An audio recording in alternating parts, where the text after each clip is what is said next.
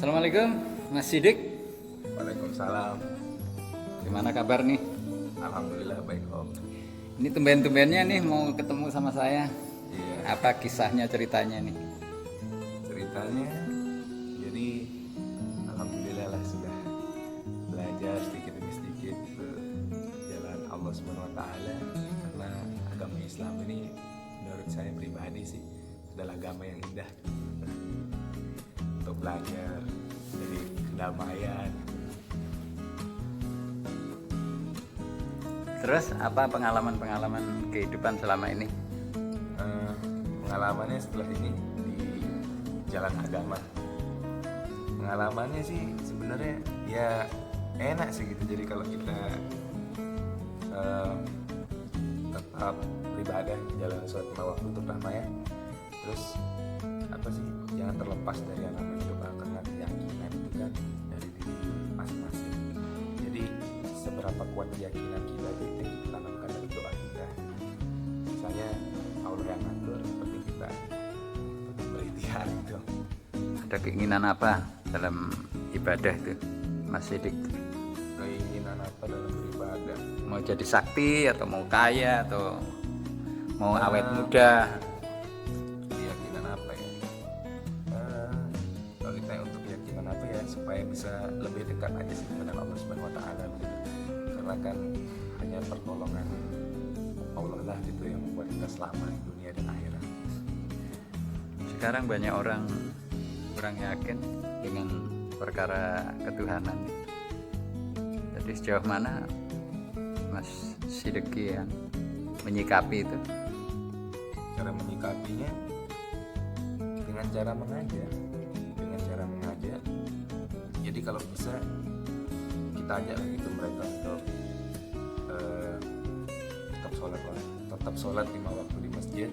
Jadi pelan-pelan aja gitu ngajaknya kan, atau mungkin kita bisa pancing mereka dengan cara-cara yang baik gitu kan.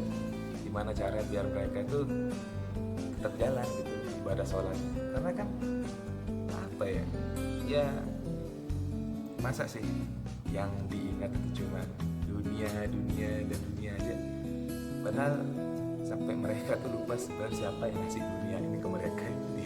Itu yang harus diingat sebenarnya ya.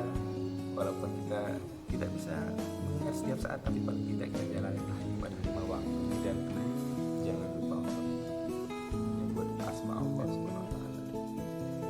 Tapi biasanya anak-anak muda itu kan kurang ya. Kurang gimana? Ya kalau diajak-ajak itu kurang suka atau mungkin kurang srek lah gitu, Kurang seret lah ya. dalam ibadah-ibadah. Oke Pak. Jadi ya gimana ya, pelan-pelan sih sebenarnya Om. Pelan-pelan, karena kan sesuatu yang dipaksakan itu tidaklah baik. Saya aja mulai dari ini dah, teman-teman ini ngajak sholat 5 waktu di masjid. Awalnya kan cuma sekali 2 kali, tapi lama-kelamaan dari ngikutin teman yang emang sudah pintar lah gitu kan dalam agama dunianya juga. Jadi ya hebat lah mereka kalau sudah cerita yang jadi inspirasi saya. Jadi ngikutin lama-lama tuh akhirnya enak juga. Yang penting jangan sampai kita tuh gimana ya, sampai ngebebani orang dalam arti kita ngajak orang untuk beribadah. Jangan bilang kayak kau udah beribadah nanti kau udah berdosa dan lain-lain. Ya emang ini beribadah untuk kewajiban kita sebagai umat muslim gitu kan. Karena ya Allah menciptakan manusia dan jin ini untuk beribadah kepadanya. Gimana Om? Kalau orang misalnya tidak percaya adanya jin misalnya, bagaimana? Orang yang tidak percaya adanya jin.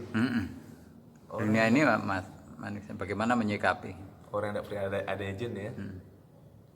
Gimana ya? Dibiarkan atau kita paksa percaya? Kalau dibilang dibiarkan terpaksa percaya sih gimana ya, kalau saya tuh bukan kayak gitu sih. Jadi suruh mereka ngebuktiin aja gitu, jalan di tempat-tempat yang emang mungkin notabene serem gitu kan. Terus lihat sudah banyak di YouTube sekarang video-video orang diruqyah, itu kan sudah menjadi bukti. Itu banyak sekali gitu buktinya yang seperti itu gitu. Berarti memang ada lah jin itu ya? Ada Ya berarti kalau itu tidak usah dipaksakan. Kalau seorang yang tidak percaya ya biarkan aja. Iya. Ya kita hubungan aja sama manusia sudah. Terus Terus selanjutnya ke depannya, kan Anda bukan orang pondokan, tapi bagaimana mau ngajak-ngajak orang? Oke. Saya cuman sekali sih gitu nanya. Sebenarnya kamu ini punya Tuhan atau enggak sih sebenarnya gitu. Mereka percaya enggak sebenarnya mereka ini ada Tuhannya gitu. Itu dia sebenarnya. Ya gimana maksudnya? Mungkin mereka enggak mikirin gimana untuk kematian dan berpindah alam gitu kan, setelah dari dunia ke alam barzah sana. Itu dia sebenarnya. Kalau saya sih simpel aja mikirnya, sebenarnya mereka ini punya Tuhan atau enggak, atau mereka tiba-tiba hidup sendiri terus tiba-tiba dilahirin dari rahim seorang ibu kayak gitu kan. Itu dia. Makanya saya cuman bilangnya kamu ini sebenarnya punya Tuhan atau enggak kayak gitu.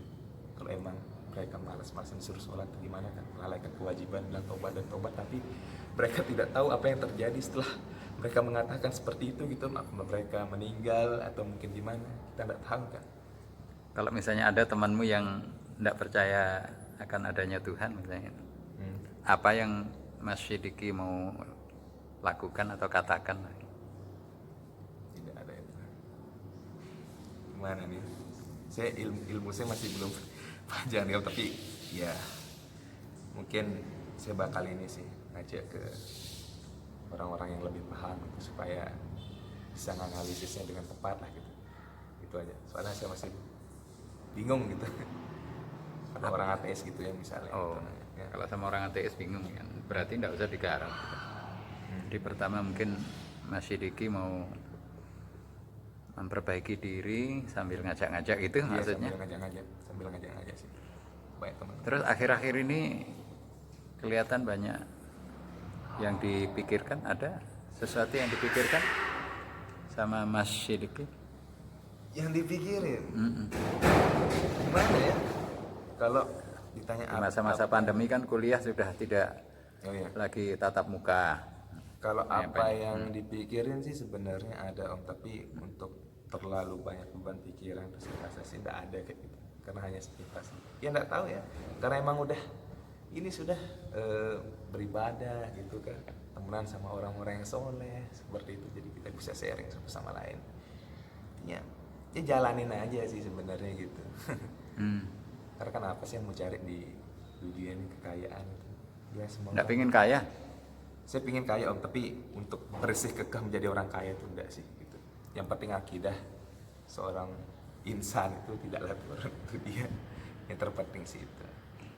Terus targetnya untuk, kan sekolah mau cari yang favorit sudah keturutan kan, Iya. SMA 1 sudah, kemudian masuk perguruan tinggi sudah, berarti ada target dong, ada Ada keinginan. target ke depannya gitu Iya. ya, untuk setelah perguruan tinggi ini gimana.